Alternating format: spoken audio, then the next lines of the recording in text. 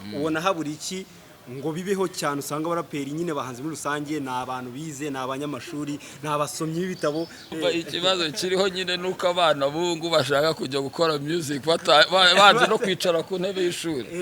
bikamuyobera ku ntebe y'ishuri akumva ko gukora umuziki ari byo bintu bizamworohera urumva niba nta kintu afite mu mutwe numva nawe umuziki azakora ukuntu uzawumeze ukuntu ngewe nyamvugana n'abajene batoya cyangwa umujene akaza akambwira ati ndashaka ko dukora n'imiziki ndashaka mfite tana n'iki byose ndabanza nkakubaza yari mwana muto w'amazo uriga warize se byibuze n'iki byose tabishakanye nakubwira asubira ku ishuri ntago giye twakora n'ukiri muri urwo rwego ntago yo kwiga uko cyane abajene benshi mbasubizayo nkabwira sasa we ababyeyi batanze amafaranga urashaka gusomoka ishuri ujye gukora imiziki yo barakwizeye kuzi imiziki kuko amafaranga bari kukwishyurira studio abafana bagaragaje ko mu cyumba cya rap bari bakumbuye Tuff Gang cyane ariko muri iyi minsi uri kuri chat no kubona ibitaramo bigiye bikomakomeye ese nka Kimuzira uri gutekereza iki kuba Tuff Gang hari uburyo wazabazana muri kino gitaramo ugiye gukora cyangwa wenda hari ubundi buryo batekereza iki gitaramo ni cyanjye nyene nige baba batumiye aho badutumiye bashaka ko duhuza turahura tukaririmba ibyo ngibyo niko bigenda ariko niyo batumiye hangange nyine ndaza nkaririmba nyine ntacyo bitwe ko mfite ibihangano byanjye nyine na buri umwe hari afite ibihangano bye wenyine that's how it works. Niba numvishe neza ashobora kuba yavugaga ngo hari surprise utekereza ko hari igihe akenshi muhurira ku ma stage niba mbyibuka neza Kicukiro hari kiragiye bari batumiye itsinda hari muri ntuza muri Maison Noire bari batumiye itsinda ubwo niko twitaba nk'itsinda ariko hano urumva abantu mengeye nyine ngomba kwitabira ubutumire nyine nta surprise tugomba kwitega ni Kemo wenyine nta surprise tugomba kwitega none se kari surprise ubundi ubwongo bwo surprise bagira ngo nyivuga ahangaha uje imbaraga na Riderman muhuza imbaraga kuri album tubona bigenze neza nta wundi muhanzi uteganya kuba mwahuza n'imbaraga kujya mu kuri album yenda mufatanyije ibyo ngibyo bihora mu mishinga ntago igibura babitekerezaho hari n'izane badutanye ibihangano byinshi cyane gusa ntago ubungu Paul Mama ari byo mikizeho focus cyane. Press conference hari umuntu akubajije ngo what do you think ku bantu mwakoranye avuga ba Green avuga ba Negji akubaza ati ko basa nk'abasubiyeho inyuma batari mu kibuga urabatekerezaho iki ko icyo ngomba kukubwira ni kimwe kandi nakibabwiye ntago ritmu gukoraho iba ariyo wakoragaho icyo gihe habaho icyo bita lack of products nyine product bufite cyo ziba ari nkeya kandi abantu hari ibintu bo arabamenyereje my friend ntibabibone ubyo batabibona rero nyine abajya gushaka ufite izo produits zindi niyo zaba zisondetse ariko zihari byibuze yes urumva rero ikintu cya mbere no gusubira muri studio gakora igihe cyose ngiye nyambibwira abantu igihe cyose kuko wakoze music ari abafana barakumenya batangiye nta muntu kuzi ntago icyangombwa ngo baragusinzirije n'iki byose nabo igihe cyose ngiye mba numva ngifite abafana banenzishana cyangwa 200 nta cyambuzo gukora music n'iki byose ko nubundi bo waratangiye nta numwe ufite abakobwa bakwiye buri gihe bavuga ko babuze muri hip hop ariko none harabo tugenda tubona wenda baba new generation nkamwe bakuru mwakwiye gusupportinga mugafata akaboko kuri album tuzabonaho bamwe mu bakobwa wenda niyo baba abakoraga nk'abitwa Young Grace n'abandi cyangwa wenda mutekereza iki kugira ngo industry yanyu ya hip hop abakobwa nabo bibonemo bro jewe rero ibintu by'abakobwa n'umuco nyarwanda urabizi ukuntu mera niba atari umukobwa wanje rero ngiye gufata ngo kire muri hip hop ntago nzajya gufata umuntu ku mugozi cyangwa mu pushing ambwira ngo jya muri hip hop ngo kora ibi ngiye nkorana n'abahari nkorana n'ibyo mbona aho ngaho ntago njya kuba ngo wanga uzategereza uno mukobwa azaze n'iki ntago ari komeza surtout ko nyine muri music ntago ibyo ngibyo abari byo ngewe ndeba cyane ngo abakobwa ndeba umuntu unyorohereza mu kazi ntago ngenza na discrimination cyangwa nza nibyo byo guseparatinga ngo umukobwa umuhungu niki wabwira umugenzi umurapa mushyashya ariko wenda tuvuge abari kuri market niki kizabafasha kugira ngo balong lasting bamara imyaka nk'iyo wamaze kandi badasubiye inyuma icyambere no gukora cyane urumva icya kabiri ni discipline urumva ukamenya ko nyine abantu uri gukorera bagwexijeho intangarugero discipline no kuba intangarugero nyine no gusenga cyane kuko twese twikingira ku Mana kugira ngo iduhe ayo push nyine n'iki byose ndatekereza ko ibyo ngibyo ari byo bya mbere gukora cyane kugira discipline no gusenga. Yes, of course, come to baby no veke fake of course ngo voice namba sada fab coming is mutoto butamwana ngenda toka TV tutaravuka buti nyine ubwite vineshe ku majiko ndavuzwe amugisha ro hit yo terizuba iticuti y'aba boss intijwi ry'aba diaspora ntingejwi abandi kakajwe pandemic in the city mwuzukuru Rojama Fund Shop mwana aho umugore imbaraga z'Rwanda zubaka vuba nyitaho parallel nyitaho speaker agaciro kakaritse kuri bagirwa ko twa Mr Breaking uyu munsi ono ngera kuri Vination TV ngira ngo twongeye twagarutse ni muri ndi center ndetse tukaba tugiye gukurikirana muhango ugiye kubaberaho hagiye kuba press conference y'igitaramo cya Mike Trip kigiye kuba ku nshuro yacyo ya kabiri ndetse ikikaba cyaritarwemo abahanzi bagiye batandukanye hatumyemo uwitwa Rogan Joe hatumirwamo uwitwa Bulldog uwitwa Bushari Kenny Keshat ndetse na Angel Mutoni ndetse n'abandi bakomeje kugenda baza kuba bari bugaragareho baje kuza kongerwamo nyuma so ni igitaramo rero tugiye kugenda dukurikirana uburyo bibuze kuza kugenda komeza ukore subscribe like and share ariko none ntuze kubagirwa kwanda kunzogera kugira ngo uzajye ubona notification zacu ikindi nongere nkubwire yuko tugiye gutangirana natwe n'urugendo mpaka tugize gute rusoje kuri kamera kumwe na Zebra Switch dukomezanye urugendo ikintu kinashobora ufasha na generation zindi ziriho kandi wenda utakinariho kuko niba tuzi ibitabo bya ba Jean de La Fontaine abo bita ba Jean-Jacques Rousseau n'iki byose ba Victor Hugo n'iki byose abantu bagize contribution ikomeye cyane muri art wenda tuvuga icyo gihe kwandika ibitabo amapoemese n'ibindi bitabo bya politike ariko nkayo mahame cyangwa imirongo ngenderwaho bari barakoze icyo gihe kigenderwaho no muri systeme z'iki gihe urumva ubundi ugiye ukora art ugomba gukora ikintu kirasting igihe kirekire cyane apana ikintu cyako kanya gusa ya kiminsi miki ugomba gushyiramo akantu k'ubwenge urumwe mu baraperi navuga ngo baba genius to be honest abantu benshi barabizi urumwe mu baraperi baba geni ibintu tudafite cyane ntabwo bibaho kuko hanze birakunda ariko twe ntabwo dufite cyane muri industry yacu ubona haburi iki ngo bibeho cyane usanga baraperi nyine bahanze muri rusange na abantu bize na abanyamashuri na abasomyi b'ibitabo kubera ko wowe uri umwe mu bantu nzi bakunda gusoma kabisa tekereza nyine nk'abavuze nanjye nazi urumva ikibazo kiriho nyine nuko abana bungu bashaka kujya gukora music baje no kwicara ku ntebe y'ishuri bikamuyobera ku ntebe y'ishuri akumva ko gukora umuziki ari byo bintu bizamworohera urumva niba nta kintu afite mu mutwe numva nawe umuziki azakora ukuntu uzaba umeze n'uw'icyumweru nyine cyangwa wako kanya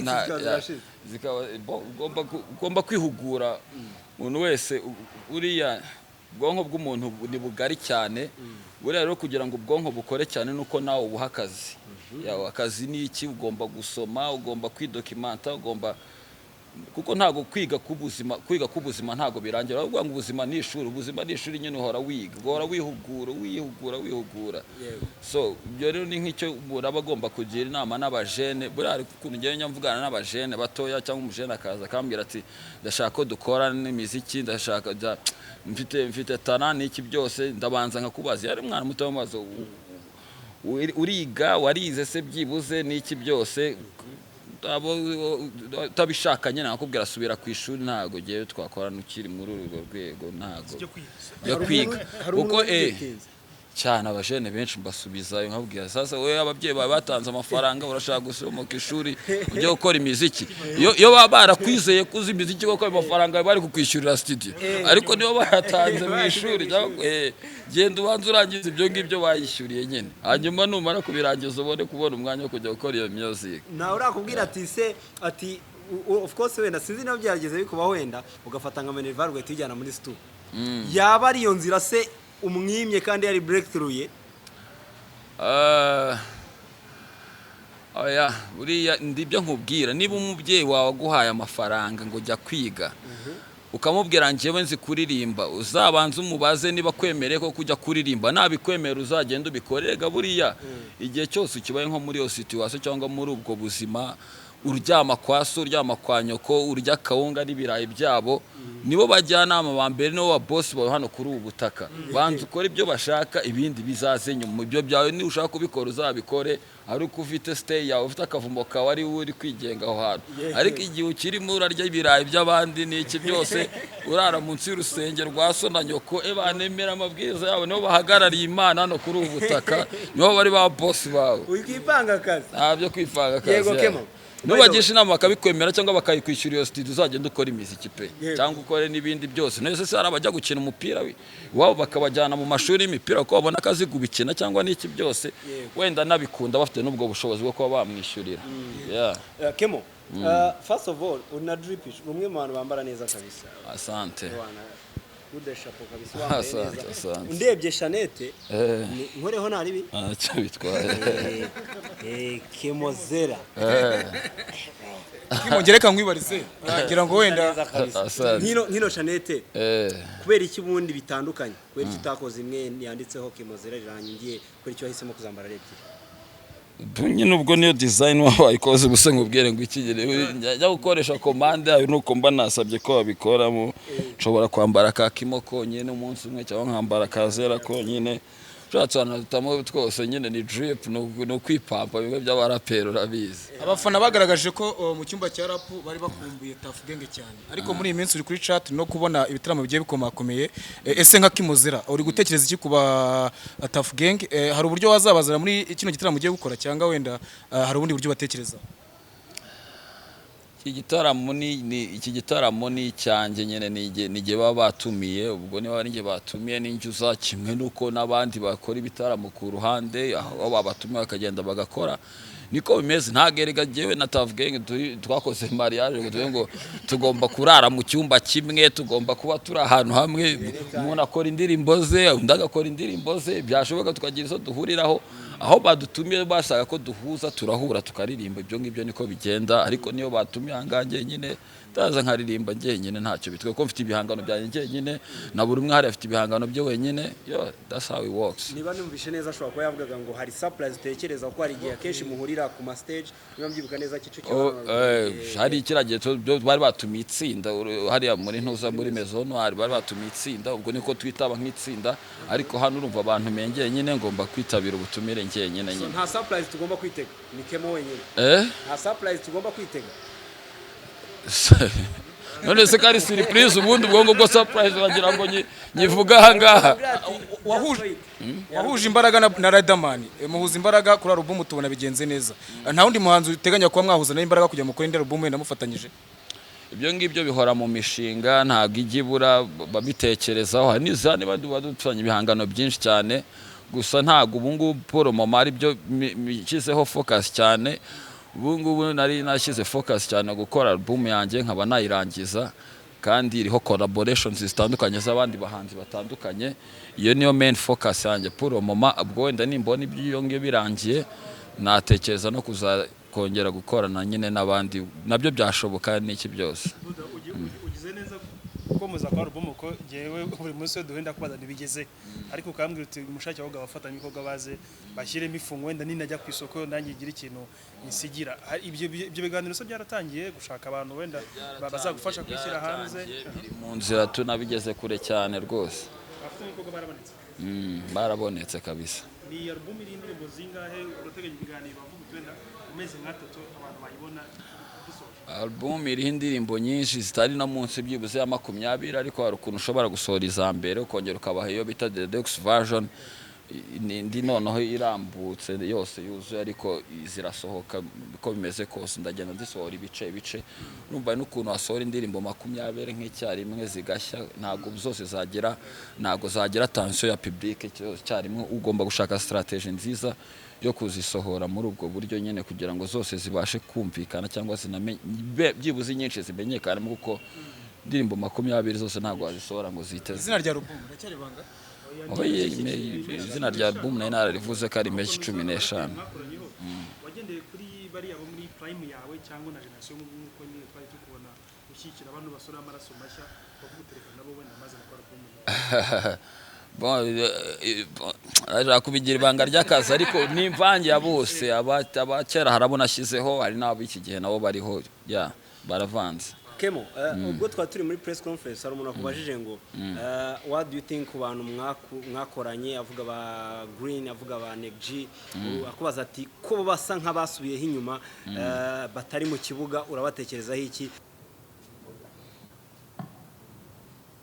Urakoze. Bon, icyo navuga ni kimwe kuri ibyo ngibyo uvuze by'abandi basinya rappers wenda bakoze icyo gihe. Ukuntu business y'umuziki imera ni nk'izindi business zose, haba hasabwa guhozaho nyine kuba ufite icyo ushyira nyine kuri table cyangwa ushyira ku isoko. Ni ukuvuga ngo niba ritme wakoreraga icyo gihe muri prime yawe cyangwa se n'igihe wari uri kuri ntuza kuri esoho ya kariyeri yawe, akaba ariyo ritme utagikoraho muri iki gihe, isoko rizajyana n'ufite products ashyira kuri market. Niko ntekereza.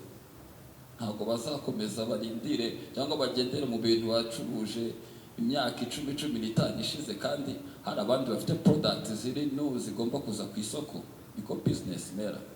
siko bigomba kugenda zigene. Niko ntekereza icyo na consistency igomba guhoraho. Icyo ngicyo kintu ni ngombwa cyane. Ntekereza ko nta discrimination yaje bajya gutoranya bavuga ngo bizagenda bon. Niba bitekerezaho no kuzana aba OG bakabavanga n'ibindi uko bigomba kugenda, ariko icyo ngomba kumvisha ni iki kimwe. Ntago uzafata iki product yakozwe mu 2000 urumva aba ariyo uhoza mu isoko nako muri shop yawe uvuga ngo jewe ngo niziritse ngo kuri zino produits zanjye zakozwe mu 2000 ngo ntabwo nshobora updating ishop yanjye ngo nzane ibindi bintu bishyashya n'iki. Kandi bon nicyo twita nyine innovation cyangwa se ibintu nk'ibyo ngibyo nyine byo kuvugurura no kuzamura urwego n'iki byose. Nicyo nshaka kumvisha. Inama nabagira nuko bagomba kuva muri comfort zone bagasubira muri studio bagakora bakongera bakibutsa abantu babakunze kuko hari igihe umuntu abyibagirwa. None se niba uheruka gukora indirimbo mu 2010 cyangwa 2010, umwana wavutse mu 2010 afite imyaka 15,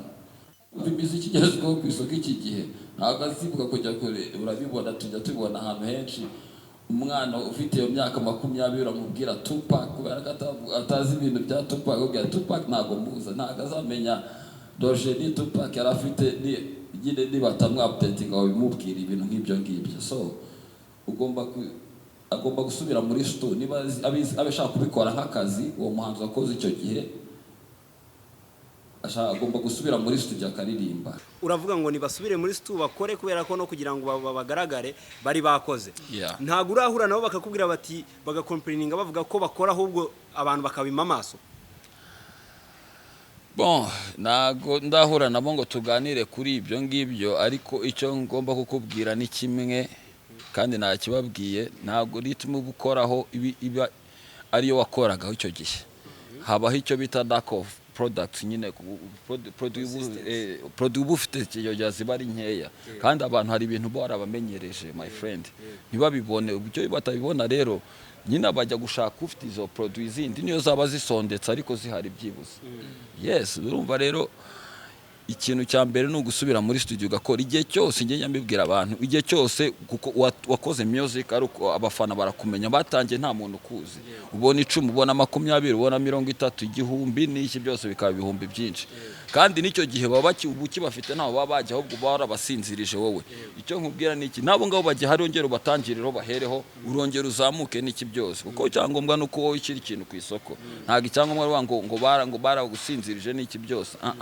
Nabo igihe cyose ngiye mba numva ngifite abafana banenzishana cyangwa 200 nta cyambuzo gukora music n'iki byose ko nubundi bo waratangiye nta numwe ufite. Nubwo hasigara numwe ariko kunambye uvuga tuyunguyu n'ukuri. Yego. Abakobwa bakwiye kuvuga buri gihe bavuga ko babuze muri hip hop, ariko none hari abo tugenda tubona wenda baba new generation nkamwe bakuru mwakwiye gusupportinga mugafata akaboko. Kuri album ye tuzabonaho bamwe mu bakobwa wenda niyo baba ari abakoraga nk'abitwa Young Grace n'abandi cyangwa wenda mutekereza iki kugira ngo industry yanyu ya hip hop abakobwa nabo bibonemo. bro jewe rero ibintu by'abakobwa n'umuco nyarwanda urabizi ukuntu mera. Abakobwa nyine baba babakumiriye babajyanye hariya, nta mukobwa ukora iki, nta mukobwa ukora ibi ngibi. Niba atari umukobwa wanjye rero ngiye gufata ngo nshyire muri hip hop, ntabwo nzajya gufata umuntu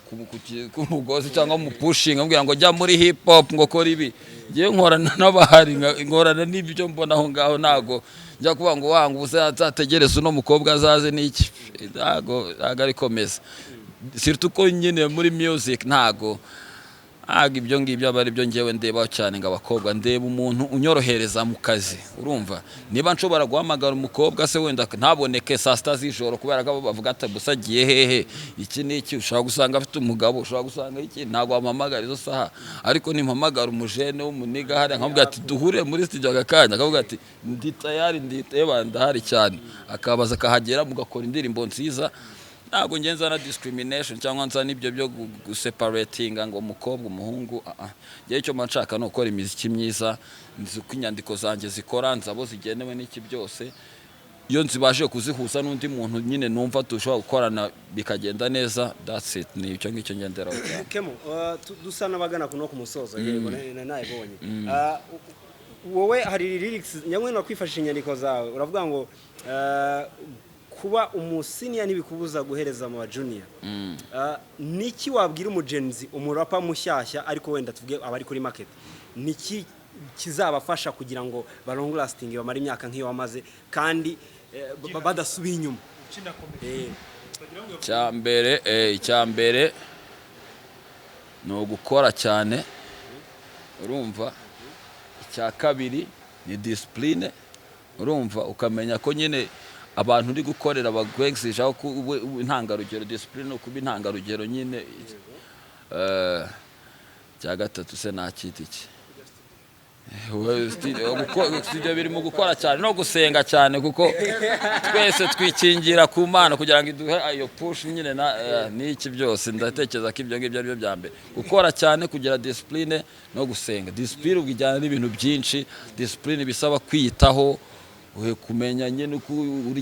uryama, isaha uryamira, ukamenya ibyo ugomba kwirinda bitakwangiriza ubuzima n'iki byose. Ibyo ngibyo biri muri package ya discipline. Kubaha abantu, nyine kubira imyitwarire yawe mu bantu muri community y'Abanyarwanda, ko twebwe nka community y'Abanyarwanda turi abantu bafite ukuntu bubayeho mu buryo butandukanye bro. Hari ibintu ushobora kwikora abantu bakakureba bakagucishamo ijoro, ahubwo ati uyu nguyu yarasaze koko kandi uri umuntu muzima, cyangwa se wenda ntani mu ndirimbo ya Jay Z wagitinze muri padiri, wagitinga muri padiri, ariko ibyo ngibyo byihorera hariya nyine nari ndi kwa iriya sinere uburyo wayikoze wabyumvishe nyine, nari ndi kwakitinga nyine wabyumvishe acteur. Inyubako yanjye iruzuye, nk'umusirimu ngomba kwesitaramo amazi. Ese ntushobora gusanga indi yawe amatiyo yaratangiye kwangirika? Tandukana na kampani z'ibicupuri ubundi ugane MK Hardware Limited. MK Hardware Limited ni igisubizo ku bantu bose bashaka ibikoresho bya plomberi. Ahangaha tugufitiye amatiyo ndetse n'ibindi bikoresho byose kuva kuri robine ntoya n'inini. Dukorana na kampani ndetse tugakorana n'abantu bikorera ku giti cyabo. Ibikoresho byacu ni original, dore ko twigerera ku ruganda tukazana bya bindi nimero ya mbere. Utandukanye na babandi baguye ibikoresho ugasanga bimaze ukwezi kumwe gusa bikahita bitangira kwangirika. MK Hardware Limited duhereye hano ku Kinamba, ku muhanda ukatujya Kacyiru, ndetse n'undi muhanda ukata ujya ku Gisozi, ndetse nk'ubwiye ngo ni mu masangano cyangwa mu mahuriro y'imihanda. Ntago naba nkubeshye, dore ko hazwi nko ku isaha ukebutse ureba inyuma gatoya, ureba ku muhanda ujya ku Gisozi, uhita ubona kampani nitwa MK Hardware Limited. Nimero yacu ni 0788 4357 7 nanone 23. Mwihariko wacu nuko nuguze byinshi tumutwaza. Mr. Kari Hardware Limited, igisubizo kwa plomberi bose muri rusange. Come on,